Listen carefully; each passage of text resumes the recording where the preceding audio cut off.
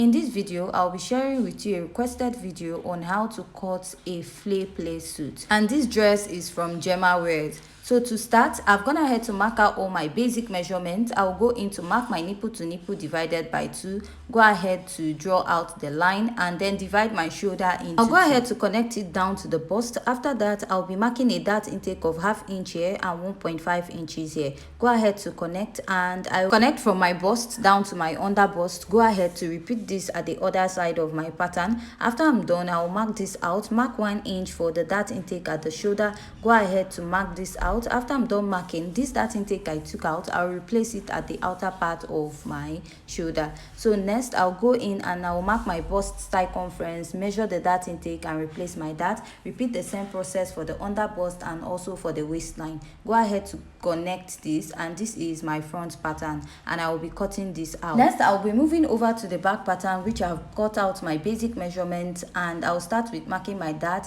which is my nipple to nipple divided by 2. Come down by 1, draw out a straight line, mark 1/2 inch at both sides and connect. After I'm done doing that, I'll go ahead to insert my body measurement, mark my bust circumference and add my sewing allowance, mark my waist circumference, measure the dart intake, add my sewing allowance, and I'll go in by 1/2 inch at the waistline.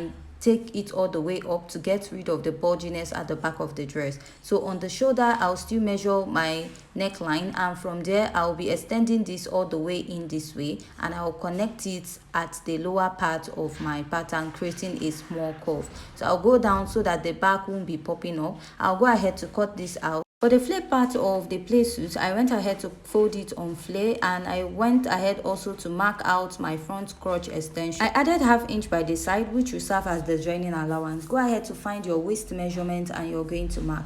From that point, you're going to go ahead to find your crotch depth, mark that, and after marking that, you're going to draw out your crotch curve, and the next step is to go ahead to insert the length of your trouser, which you'll be drawing out in form of a fleece. So to see the full video of this, please go down to my YouTube channel at Marky's Closet.